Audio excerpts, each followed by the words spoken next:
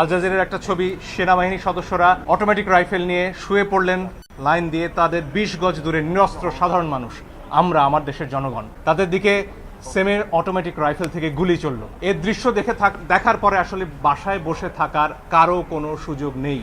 আমাদের যার যার অবস্থান থেকে প্রতিবাদ করতে হবে। আমরা আদালতে বলেছি নিরস্ত্র প্রতিবাদকারীদের উপরে গুলি চলতে পারে না, যেটিকে ইংরেজিতে লাইভ রাউন্ড বলা হয়, সেটি করার কোনো সুযোগ নেই। আর অনেক ভিডিও আপনারা দেখেছেন, একটি কিশোর 4 তলা একটা নির্মাণাধীন ভবন থেকে সে ঝুলে রয়েছে, তার কিচ্ছু করার উপায় নেই, ওই অবস্থায় তার উপর গুলি চলেছে অনেকবার।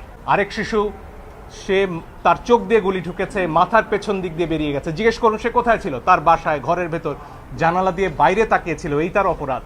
এই জন্য আমরা স্পষ্টভাবে বলেছি যারা আন্দোলনকারী তাদের উপরে লাইভ রাউন্ড অর্থাৎ গুলি ছোড়া চলবে না। আপনারা প্রয়োজনে টিয়ার শেল ছুড়ুন, লাঠি চার্জ করুন, রাবার বুলেটও ছুড়ুন, তাতেও বহু মানুষ অন্ধ হয়েছে হয়তো।